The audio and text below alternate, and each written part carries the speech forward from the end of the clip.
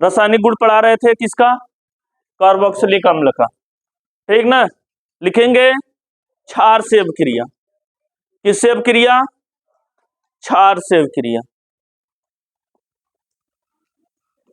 क्षार से अभिक्रिया RCOOH, ये आपका क्या है? कार्बोक्सिलिक अम्ल है। ये आपका क्या है बच्चा?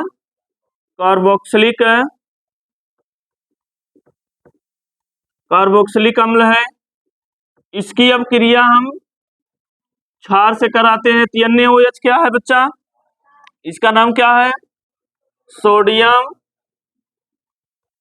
हाइड्रा, ठीक ना। इसकी हम क्या करते हैं? अभिक्रिया करते हैं। तो देखेंगे ये H बाहर होगा, ये OH बाहर होगा, ये H बाहर होगा ये, और बाहर ये होगा आपका H2O, और बचेगा क्या यहाँ पर? R बचेगा, C बचेगा, OO बचेगा, और यहाँ से क्या बचेगा? Na बचेगा। समझ में आया कि नहीं? इसका नाम क्या होगा?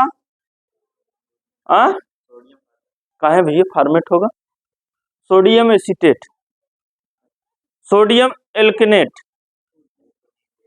समझ, यहाँ पर एल्किल है ना, समझ गए। अगर यहाँ H नहीं होता, H होता, R नहीं होता, क्या होता? तब ये हो जाता। नहीं नहीं, सोडियम एसीटेट के लिए हमको ये लिखना होगा।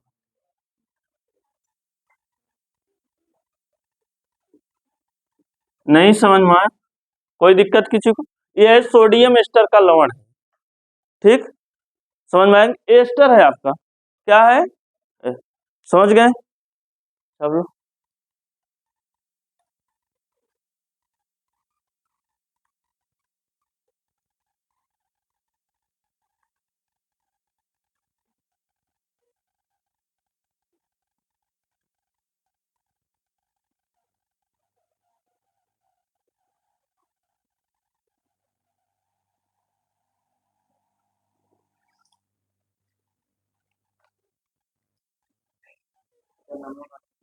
किसका?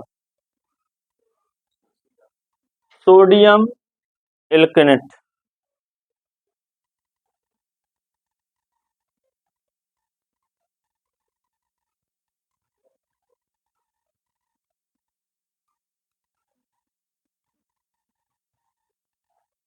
हो गया? हो गया? हो गया? अब लिखेंगे धातु कार्बोनेट से अभिक्रिया। किससे अभिक्रिया? धातु कार्बोनेट से अभिक्रिया।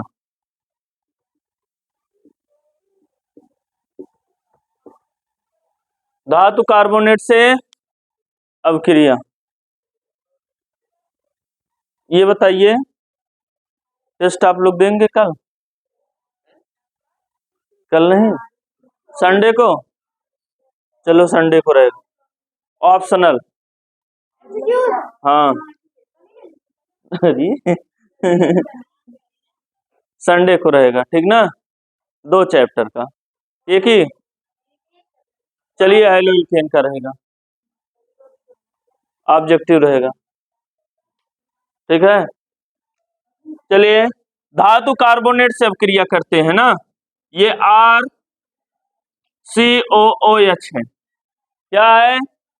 इसकी अभिक्रिया करते हैं Na2CO3 से, Na2CO3 से, ठीक ना। इसका 2 एटम लेते हैं तो ये हो जाएगा RCOO, यहाँ पर आकर जुड़ जाएगा Na, 2 Na जाकर जुड़ जाएगा यहाँ पे, कोई दिक्कत? बाहर होगा CO2, बाहर होगा H2O। आप लोग सुने हो, पढ़े होंगे पीछे, किसी अम्ल की अभिक्रिया हाई स्कूल में पढ़े होंगे, जब किसी अम्ल की अभिक्रिया जो है किसी जो है धातु कार्बोनेट से कराते हैं तो आपका क्या प्राप्त होता है? लवण प्राप्त होता है, और क्या प्राप्त होता है? कार्बन डाई ऑक्साइड प्राप्त होता है, और क्या प्राप्त होता है? जल प्राप्त होता है। ये आप लोग कब पढ़े होंगे? हाँ। और जब किसी अम्ल की अभिक्रिया क्षार से कराते हैं तो लवण और जल प्राप्त होता है, ऐसी अपक्रिया को उदासीनीकरण अपक्रिया कहते हैं। आप लोग को ख्याल होगा ना, वही चीजें हैं, क्योंकि ये क्या है, अम्ल है, यह क्या है, अम्ल है। समझ में आया, कोई दिक्कत?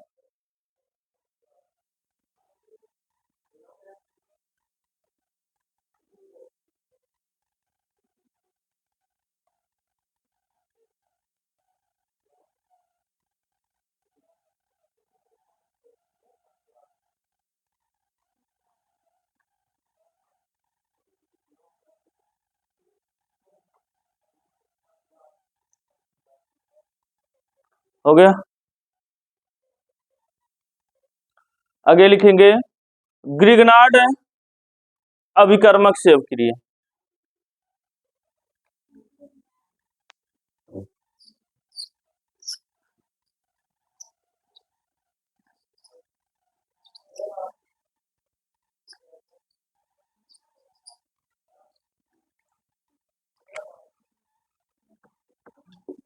ग्रिगनार्ड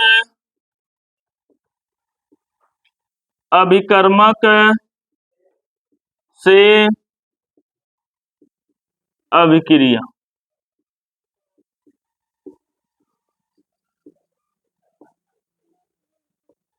ये आपका क्या है, ग्रिगनार्ड RCOOH है, इसकी अपक्रिया RMgX से करते हैं। किससे करते हैं? देखिएगा, आपको पता है ये कहाँ से हमेशा टूटता है, यहाँ से, और ये हमेशा कहाँ से टूटता है, यहाँ से। तो ये RH बनाएंगे, क्या बनाएंगे, और इसका नाम क्या है, एल्केन है। और इधर क्या बचा, R बचा, C बचा, O बचा, और क्या बचा, बोलो, ठीक ना? कोई दिक्कत किसी को? समझ में आया?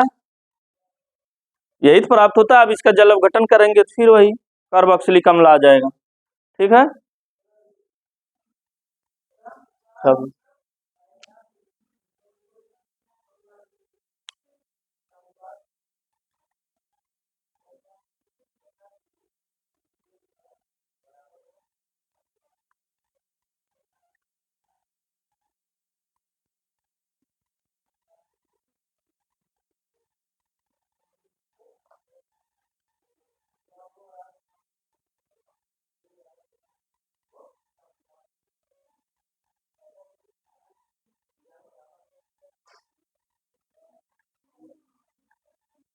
हो गया, हो गया, हो गया। हेडिंग डालेंगे धातुओं से अपक्रिया। किससे अपक्रिया? आप लोग हाई स्कूल में पढ़े होंगे, जब किसी अम्ल की अपक्रिया धातु से कराते हैं तो लवण और हाइड्रोजन गैस प्राप्त होती है। पढ़े हैं कि नहीं हाई स्कूल में? ख्याल आया होगा, पढ़े हो ना जी? कब? भूल गए हैं? जब भूल गए हैं भैया तो उसके बारे में हम फिर से चर्चा करेंगे। ये बात सही है, ठीक ना? क्या हम किसकी बात कर रहे हैं? धातु से अपक्रिया ना, धातु से अभिक्रिया, धातु से अभिक्रिया। चलिएगा, RCOOH है आपका, इसके हम कितने एटम लेते हैं? 2 एटम लेते हैं। ये आपका, और इसकी अपक्रिया कोई भी धातु, चलो हम किससे करा देते हैं, Na से, तो ये 2 एटम लेते हैं, तो ये बनाएगा 2RCOONA, लवण बनेगा, बोलो, प्लस H2, हाइड्रोजन गैस आपकी क्या हो जाएगी, बाहर हो जाएगी। कोई भी धातु से अपक्रिया आप कर सकते हैं, कोई दिक्कत नहीं है, ठीक ना? अगर आप मैग्नीशियम से करना चाहें मैग्नीशियम से कर सकते हैं, मैग्नीशियम से करेंगे 2RCOOH, इसकी वैलेंसी 2 होती है तो इसको 2 लेने की जरूरत नहीं है, तो हो जाएगा क्या, बोलो, ये तो थोड़ा सा, ये R हो गया, COO हो गया, बोलो, इसके साथ ये 2 एटम जुड़ेंगे इसके, और यहाँ हो जाएगा Mg। प्लस H2 आपका क्या हो जाएगा, बाहर। ठीक ना, ये आपका क्या है, और वो हाइड्रोजन गैस।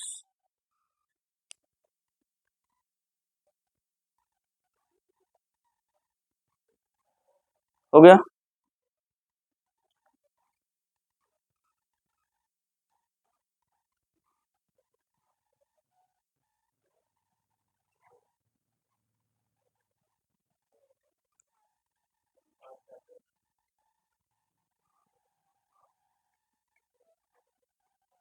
हो गया बच्चा। हेडिंग डालेंगे एस्टरीकरण, हेडिंग डालेंगे एस्टरीकरण।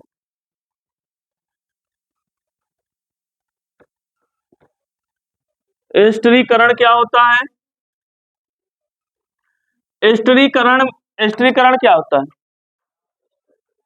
हाँ ना, इसमें एस्टर बनेगा, क्या होगा,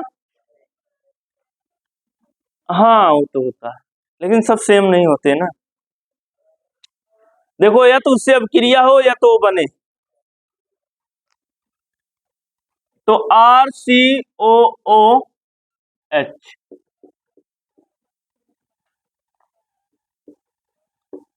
इसकी अब क्रिया हम करते हैं एल्कोहल से। ROH क्या है, ये आपका क्या है, कार्बोक्सिलिक अम्ल, ये आपका क्या है,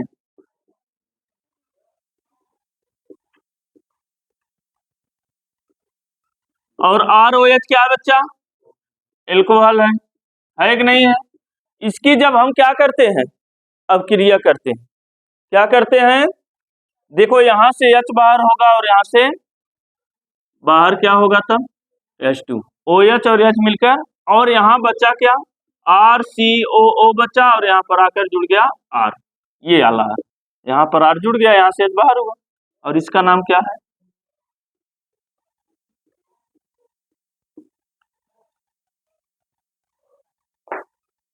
नहीं है, और अब लोग काफी जानकार।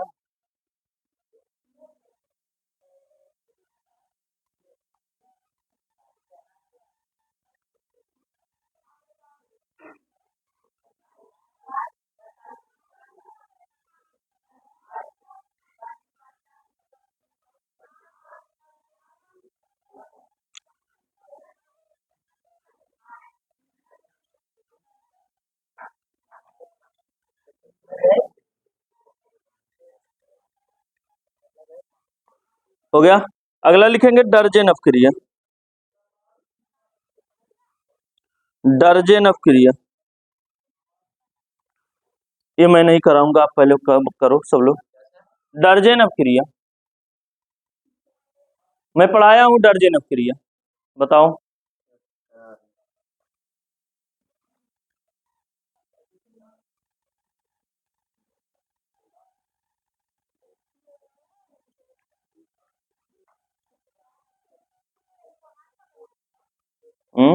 अब इसका भी कराओ, पहले बताओ कराएंगे किससे, हाँ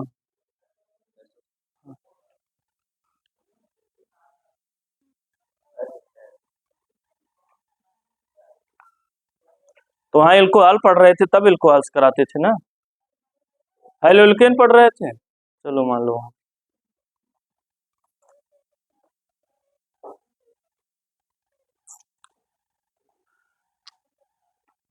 RCOOH, इसकी अब क्रिया SOCl2 से कराते हैं। SOCl2 मतलब थायोनिल क्लोराइड। अब इसकी जब अब क्रिया करेंगे बच्चा, ठीक ना, एक तो सी, समझ में आया कि नहीं, ये क्या H है, और एक Cl ये लेकर बाहर हो जाएगा, Cl यही प्राप्त होता है, SO है, एक ऑक्सीजन लेकर ये बाहर हो जाएगा, SO2, और यहाँ पर बच्चा क्या, कौन, RCO बच्चा है, और यहाँ पर आकर एक Cl जुड़ जाएगा, और इसका नाम क्या है, एसिड क्लोराइड ना, या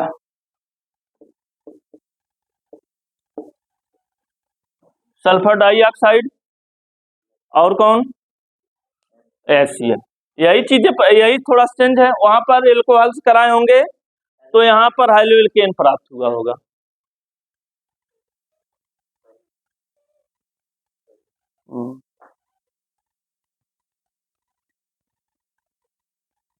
हो गया। लिखेंगे ताप का प्रभाव। ताप का प्रभाव।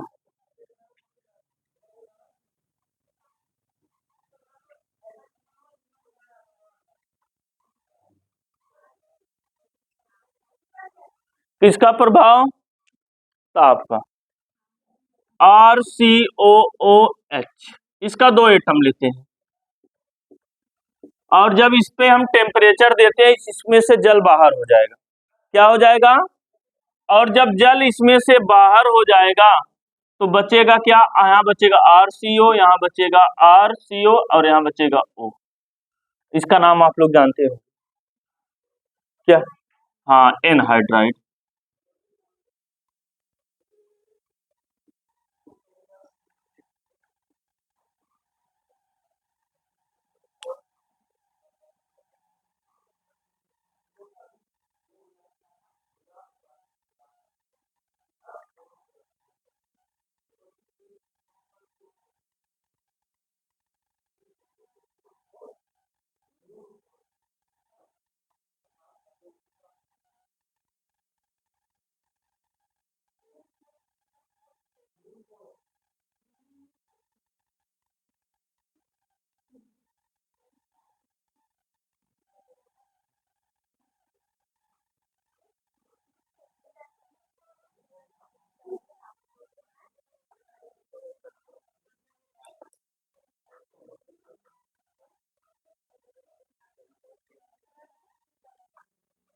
हो गया। अगला लिखेंगे अमोनीकरण।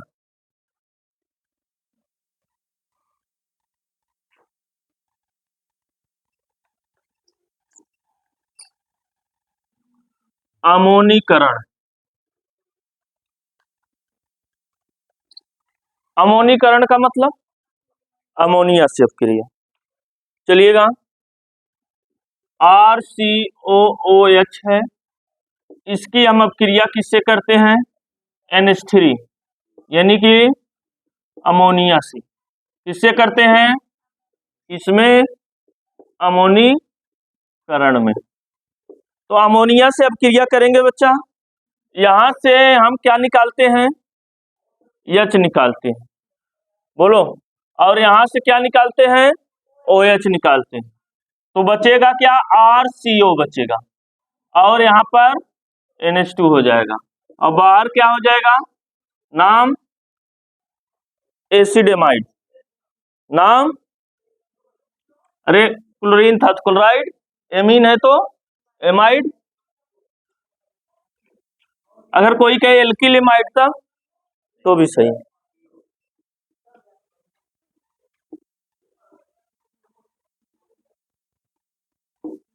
कोई दिक्कत?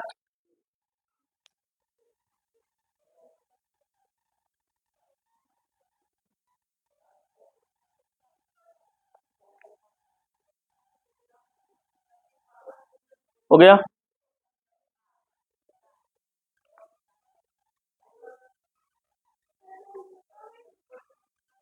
हो गया, समझ में आया? कोई समस्या? कोई समस्या? सब रिएक्शन तो पीछे आप पढ़ ही चुके हैं एक प्रकार से ना जी। हाँ, अब भाई देखो ज्यादा रिएक्शन है, अब आप उसी में भूल जा रहे हैं, उसको याद रखना किसका काम है? आपका काम है। मेरा इतना काम है कि आपको वो रिएक्शन समझ में आया कि नहीं आया, समझ में आया? और याद रखना किसका काम है? आपका। अगर मैं रिएक्शन बताया आपको समझ नहीं आया तो मेरी गलती है। वो किसकी गलती है? मेरी। समझ आया? मैंने रिएक्शन बताया, आप क्या हो गए? समझ गए लेकिन बाद में भूल गए, वो आपकी गलती है। तो जिसकी गलती वह भोगेगा। हाँ? अब इससे अब इसमें बोर्ड की गलती होगी कि सिलेबस इतना ब्रॉड क्यों रखा है। उसको एक ही रिएक्शन रखना चाहिए था ताकि हमारे होनहार बच्चे क्या हो जाएं, टॉप कर जाएं और जाएं एकदम थर्ड क्वालिटी के डॉक्टर बने, थर्ड क्वालिटी के इंजीनियर बने। जिनको एक रिएक्शन नहीं याद होता वो क्या बनेंगे? बोलो, सही बात है? कौन सी? युवा नेता। अच्छा ठीक, उसके लिए इस सब की जरूरत नहीं है।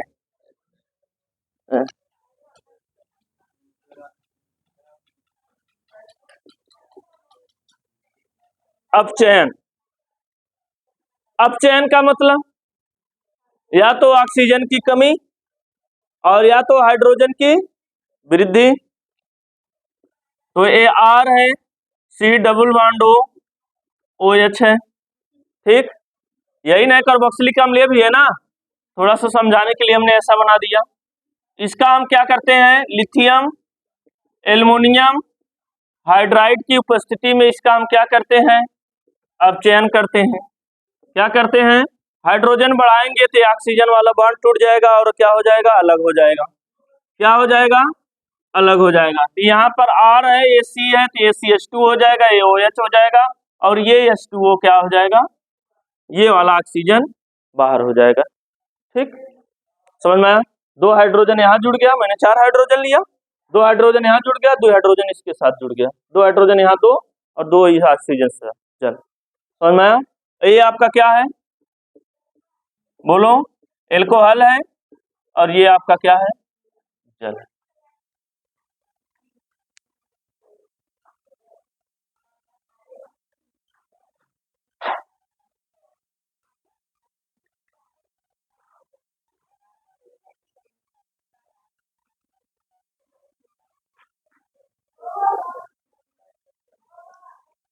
चलिए, इसके बाद है कोल्बे विद्युत अपघटन क्रिया, इसको कल पढ़ाते हैं।